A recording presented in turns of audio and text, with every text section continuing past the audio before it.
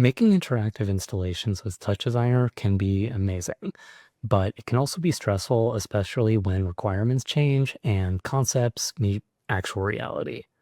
So we're going to build out a mock installation, and we're going to go through it twice. The first time, we're going to do kind of a quick and dirty approach, and then we're going to throw in some surprise complications inspired by my own experience doing these projects in the real world. And then we're going to start over and create it with a more structured and flexible approach. The goal here is to show how we can use techniques like DAT tables and channel renaming and instancing to make it easier to handle changes that come up last minute in installations like this. The installation we'll be building is going to have two zones that each represent an emotion, like fear and love. There's going to be a rendered scene projected on a wall that shows a zone for each shape. Each zone has an associated color, and each has a physical button in the real world where an Arduino or something like that sends OSC when it's pressed. And when that happens in the rendering, the shape is going to get bigger and then pop down to its regular size. And it'll play sound using MIDI that is connected to a synthesizer or another computer running some kind of audio software. That part's not really important. We're going to be building this installation as part of a team. And on that team is somebody who's going to be handling the buttons and kind of Arduino stuff and all the wiring.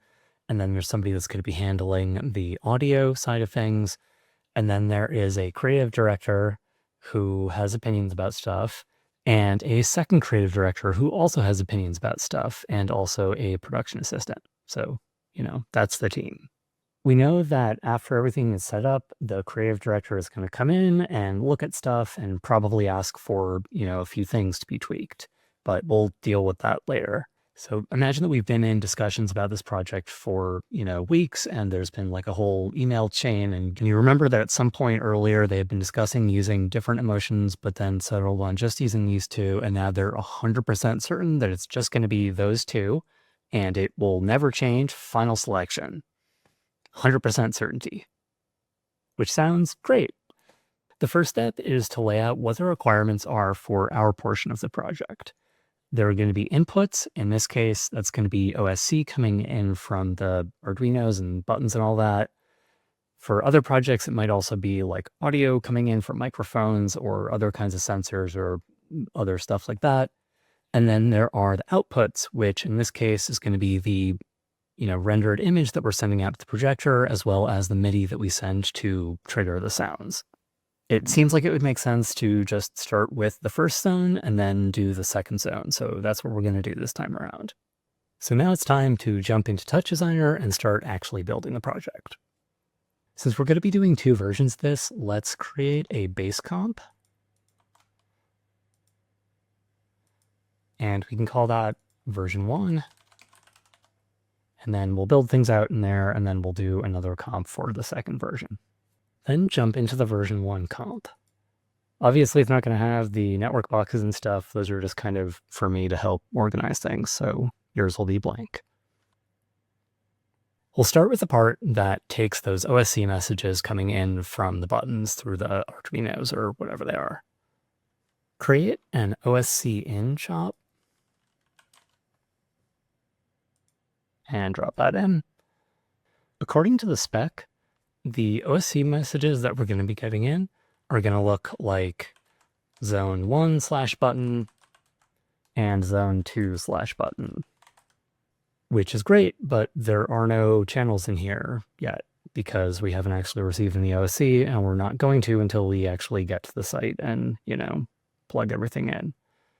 So until then, we need to make some kind of placeholder channels. So let's create a constant chop. And for the name, replace what's currently there with zone, and then do a square bracket and a 1-2, and then a close square bracket, and then /button. So that's using pattern expansion to give us two channels that match the names that we're supposed to be getting. Create a replace chop, and then connect the constant up to the first input and the OSC in to the second input. Once we start getting actual OSC messages and they have those names, then it's going to replace those with wherever we're getting from OSC. So these are just kind of like temporary placeholders, and then we swap in the real values here once we start getting one. And then add a null chop coming out of the replace. And change the name to something like trigger states. It would be great while we're testing this to have a way to easily trigger these while we're working. And since we aren't going to have the actual OSC messages coming in until we get to the site, let's set up a keyboard input that will allow us to use the number keys to kind of fake out those button pushes. So add a keyboard in chop.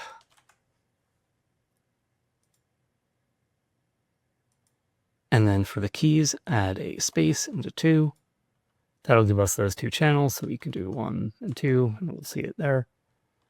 Then we want to combine those channels with the ones that are coming out of our replace. So create a math and connect the replace to it, and then also connect the keyboard in. And then for the combined chops setting, change that to maximum. And we're going to keep this match by as channel number, so it's always going to match those up even if they don't have the same names, just based on which one is first and which one is second. So then we can connect that up to the trigger states. So now when we hit the 1 or the 2 button, we get those channels flipping on.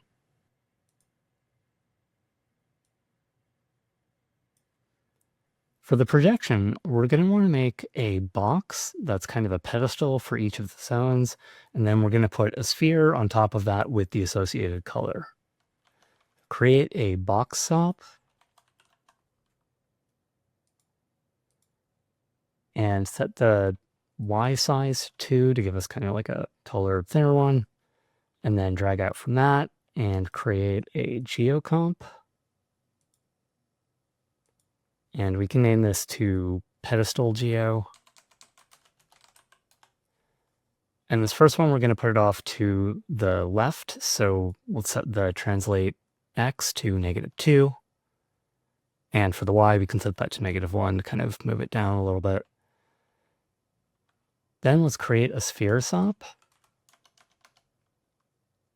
And then do the same thing, dragging out, creating a geocomp.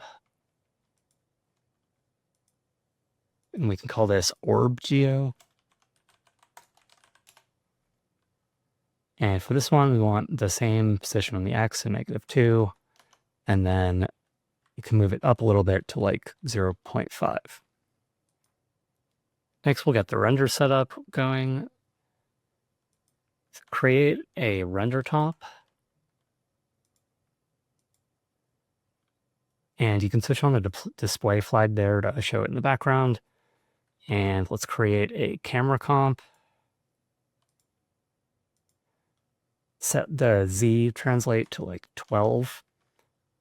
And then let's add a light. And for that, we can set the position to something like 4, 2, and 10. In the actual project, this would probably end up going into like a window comp or something so that it would show on the projector, but we're going to skip that part. According to the project brief, this first one is going to be blue. So let's create a material. So create a Fong mat and drag that onto the orb geo and choose material, and then set the diffuse color to blue. Next, we'll set up the animation. When the corresponding button is triggered, we want the scale to kind of bump up a little bit and then go back to what it was originally. So let's do that with chops. Let's create a select chop. Drag trigger states onto it. And then for the channel names, just select the first one, zone 1 button. Then let's add a lag, and that's going to make it kind of stay up a little bit instead of just like immediately popping right back down. And we want to scale it to something other than 0 to 1, so let's add a math.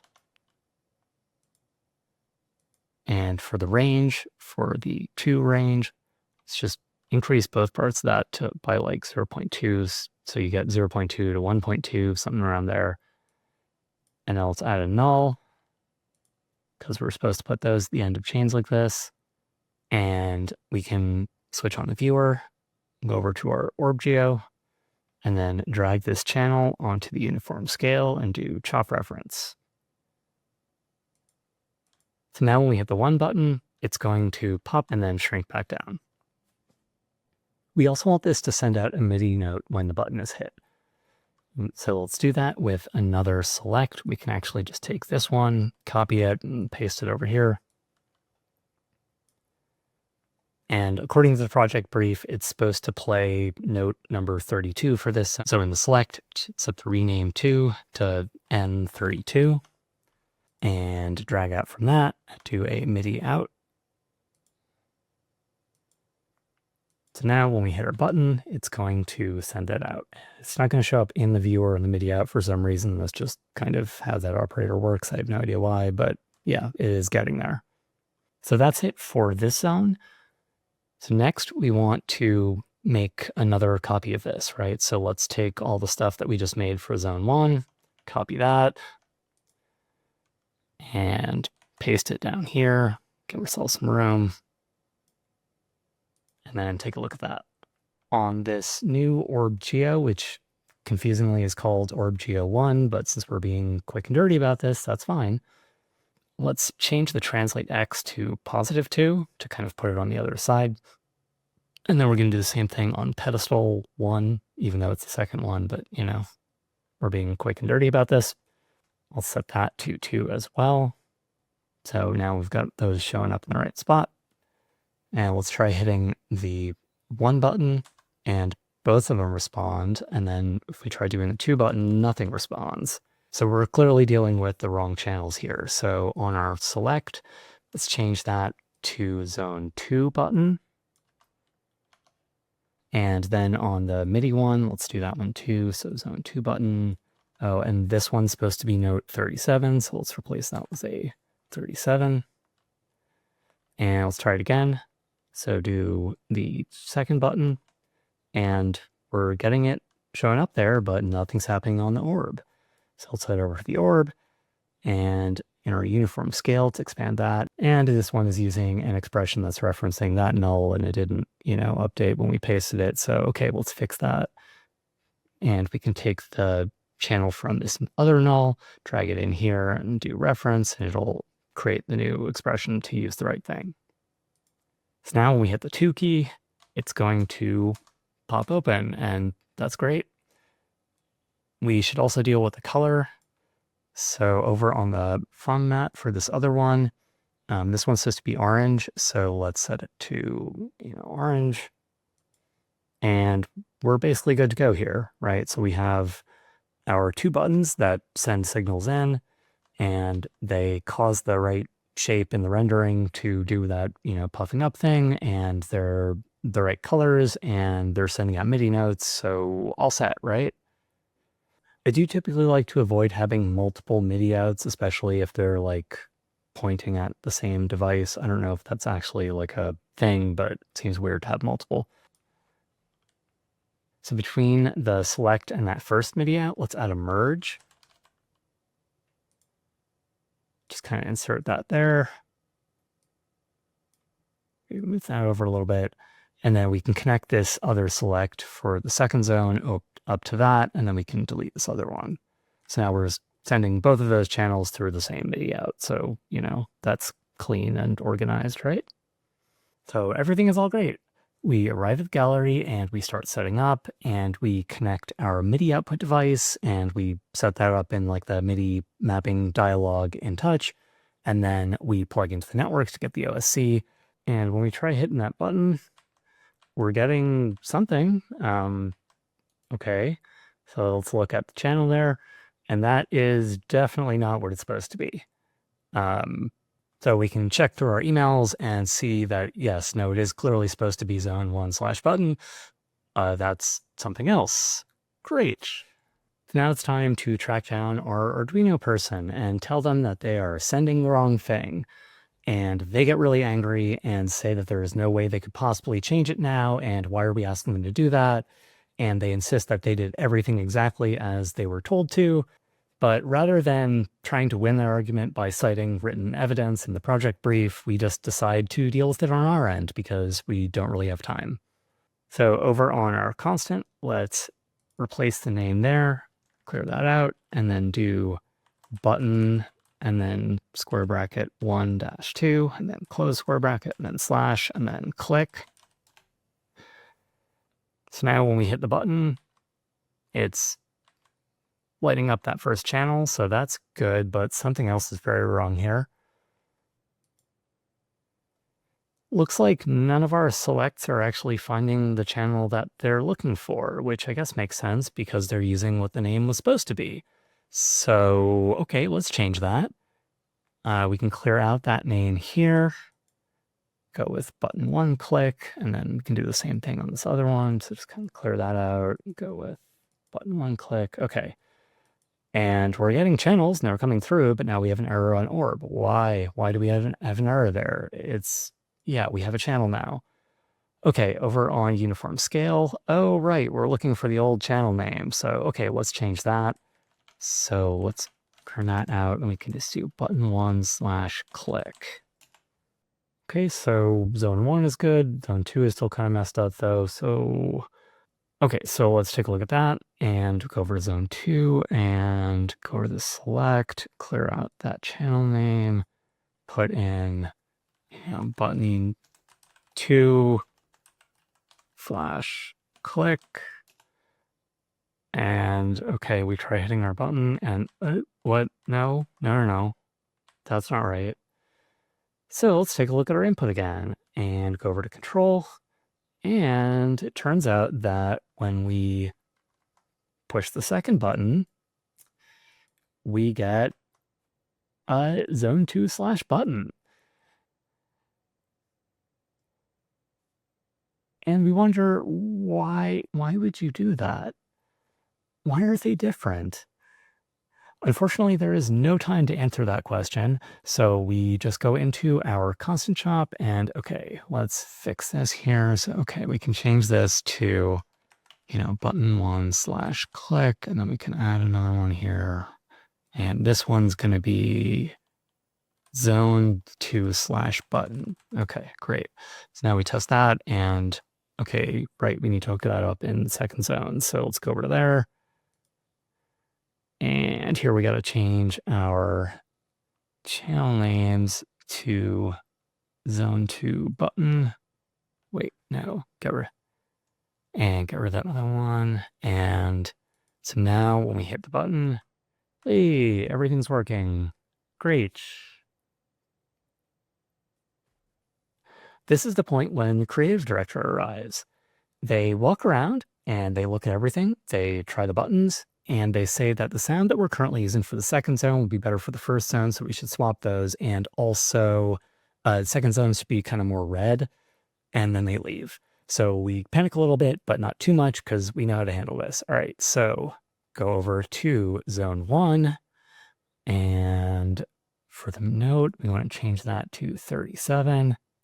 And then we go over to zone 2. This one we want to change 32. Okay, and the color, let's go with the material for that one and make it like more red, something like that. It's good enough. So that works. So, it's playing the sounds that they have suddenly decided that they want to be playing, and great. Okay. We naively think that things are all good and ready to go. So there's 20 minutes left until the gallery opens, and this is when the second creative director arrives. They tell you that there is more to the spectrum of human emotion than just fear and love, and they provide you with a list of 18 additional emotions that should each have its own. You ask them how this could possibly be done in 20 minutes. They tell you it's a very reasonable request. Emotions are important. You look over at your Arduino person and they say, oh yeah, sure, I have a bunch more that I'll just go plug in and they'll be all set. And the audio person says, oh yeah, we have some more sounds. We're good. So it's all down to us. Can we do it? No. Just no. We literally do not have time to make 18 additional copies of all those operators and update all of them so that they work properly and figure out whatever the hell is going on with the buttons, because who knows how those are going to be named. The production assistant shows up and offers to help, but they don't really know TouchDesigner, so they're not really going to be able to do it. At that point, the first creative director comes back and says that on the next day, they still want to do the 2-zone version, as like a alternate option there. But you're not going to be there tomorrow, and they want the option to be able to pick which 2 zones they have once they arrive on site, tomorrow morning. And we question why it is that we put ourselves in this situation and whether it's feasible to just kind of run away and never look back. So, where did we go wrong here? I mean, really, the creative directors went wrong because there is no way that is a reasonable request, and the button person is wrong because why would you name things like that? But we have no control over either of those things. So let's try this again and see if we can make things easier to adapt to changes like this.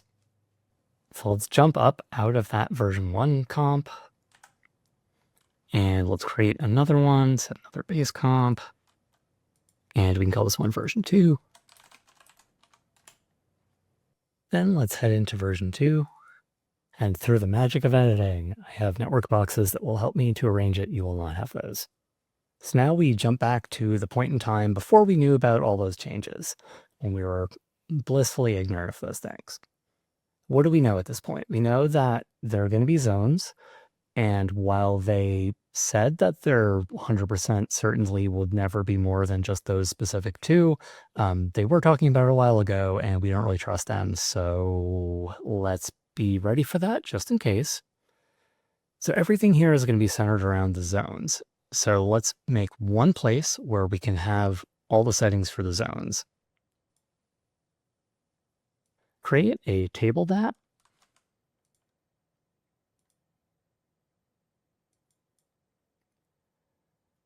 And you can open a viewer. For the first column, let's call this name. And that's not actually going to show up anywhere. It's just kind of for our reference, but still useful to have. Let's add 2 rows after that. First one, we're going to call fear. And then for the next one, love. We know that there are going to be OSC messages coming in. So let's add a column for that. So column after that. We can call this one button or button address or OSC, whatever. Doesn't really matter. But something that indicates that this is related to the button and the OSC message. So here we can put in what that message is supposed to be. So it will be, zone 1/button. And then for the next one, it's going to be zone 2/button. And we know that there's going to be MIDI coming out of that. So let's add another column for that. And after that, we can call this one note or MIDI note or something. According to the brief, this one's going to be 32, and the one below it's going to be 37. We also know that each zone in the rendering is going to be like at a specific point on the x-axis, so we can add a column for that. So after, we can call this one x or like position x or whatever. We can do -2 for the first one and +2 for the second one. We also know that each of these is going to have a color associated with it. So let's add columns for red, green, and blue. So R, G, and B. This one's going to be a little bit more annoying because typing numbers in is not a good way to pick colors, but let's just give ourselves a little constant top. And let's pick our blue color. And then we can type in kind of a rough equivalent of that. So 0.71. And for the second one, let's pick another color. We can do our orange. And this one, we can do like 1 and then 0.5 and 0. So close enough. And then you can delete this if you want, or, just leave it there because we might need it at some point. Doesn't really matter. Let's close our viewer. And rather than just directly using this stat from lots of places, let's add a null. So drag out from that and do a null. And we can call this zone table. This gives us one central location where all the settings for all the zones are. And if we want to add a zone, we just add another row with different settings. And if we want to change the settings, it's all just kind of in that one place. Now we can move on to the OSC input. So let's create an OSC in shop.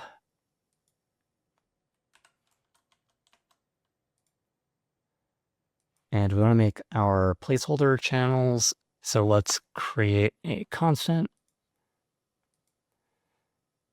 And for the name here, let's expand that, go over to expression mode, clear out what's currently there. And then we can put in OP, parentheses, quote, and then zone table, quote, parentheses, dot call, COL, parentheses, quote, and then button or whatever we named that column, and then quote and parentheses, and then square bracket, 1, colon, and square bracket. And that gives us channels with the names from that column. As part of the end where it's doing that little like 1 colon thing, it's just telling it to skip the first cell since that has the column name and is not a channel that we want to create. There are other ways to create channels like this. You could use like a dat to chop, but we're going to use variations of this expression, so we're going to keep it like this. So let's create a replace chop. Connect up a constant and the OSC input. And because we have done this before and we've worked in teams before, we know not to fully trust that other parts of the project that we weren't involved in will be exactly to the spec that they were supposed to be. So let's not use those channel names anywhere else in the project here. After that, let's add a rename.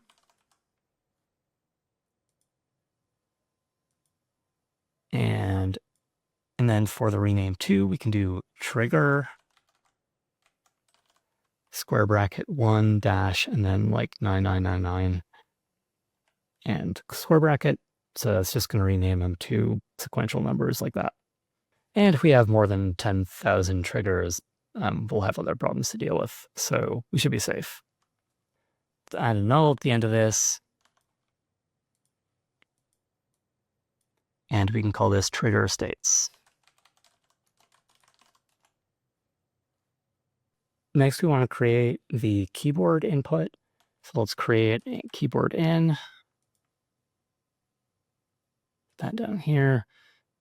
For the keys, we don't currently have a setting for that. So let's open up our table again. And you could also do this in like an external text editor if you want, but this is good enough. Next to this button, maybe to the right of that, do like a column after that. We can call this one key. And then here we can do 1 and 2. We could also just kind of assume that it's always going to be like the sequential numbers, but might as well just do it like this. Then we can close that. And then on the keyboard in shop, for the keys, we want to use a similar expression to what we're using over here. So let's head over to our constant, just copy that whole expression, go over to keyboard in, expand that keys parameters, change it over to expression mode, clear out what's currently there, replace it with our new expression. And then here we can swap in key instead of button.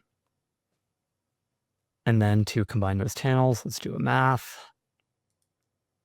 and connect the rename of the keyboard input to it, connect it up to the null, and change this combine chops to maximum. And since we're doing that match by channel number, we don't need to bother with renaming the keyboard channels. Now on to the rendered scene. Let's head back up and jump into version 1 again. And then let's copy the light and the render and the camera. Just copy those, jump up, and we should probably switch this off since it is hooked up to send MIDI and stuff. So switch that off, go back into version 2, and we can paste that in here. Then for the pedestals, let's set up a box for each of the zones, and we can do that using instancing. Create a box SOP. and set the Y size to 2. Drag out from that, create a geocomp. We can call this pedestal geo. Then for the translate Y, let's move that down to -1. And then on the instancing page, let's switch on instancing. And we can take our zone table, drag it into default instance up. Then for the translate X, we can pick that X column. And there we go, they're in the right spots. So onto the orb. Let's create a sphere SOP. Drag out from that, make a geo. And call this orb geo.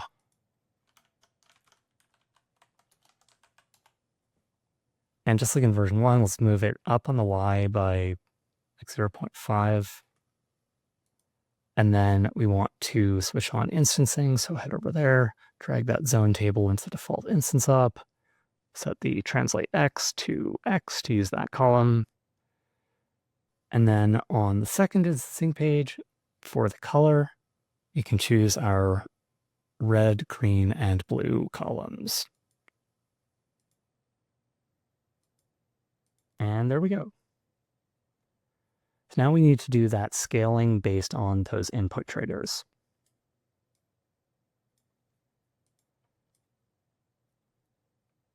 Create a select chop. Drag trigger states onto it. Right now we have a channel for each zone, but instancing kind of needs those to be samples rather than channels. So let's add a shuffle chop.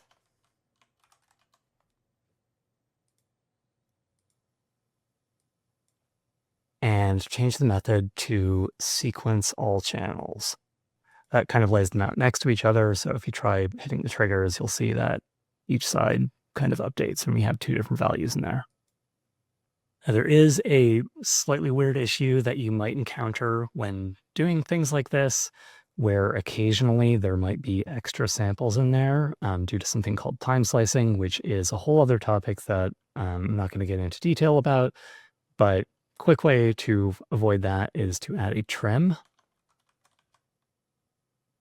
And we can actually stick that before our null here, so between the math and the null. And then change the unit to absolute, and then we can just keep those at 0, 0. So that's going to keep it to just the first sample in the case where it has multiple due to time slicing. Then back on our shuffle chop, we can see that we have one channel in here called trigger 1. We should give that a better name. We could add a rename after this, but we can also do this in the select. So for the rename 2, just put in scale, and it's just going to rename the first channel, but that's the one that the shuffle uses to get the name anyway. Then we want to add our lag.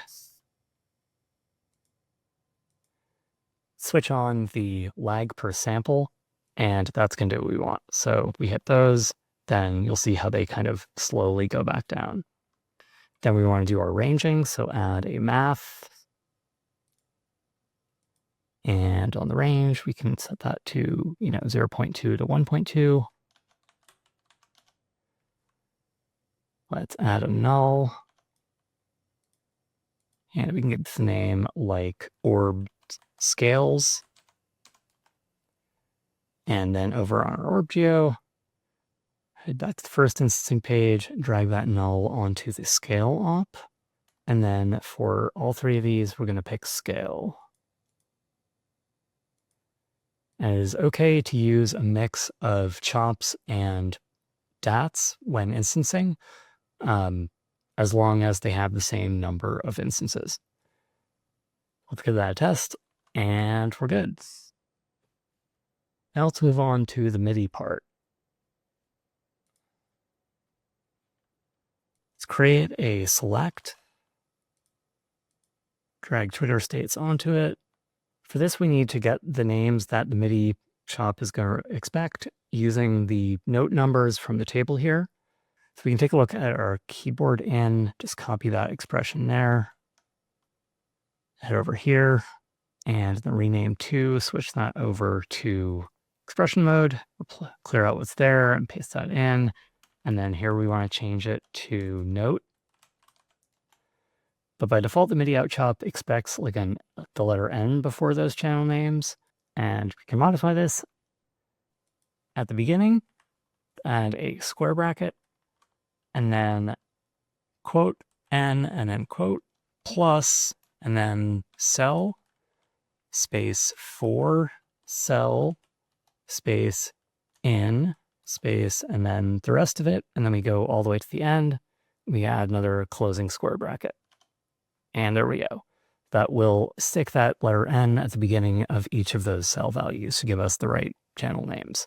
And then we can drag out from that select and do MIDI out and test it out, and we're good.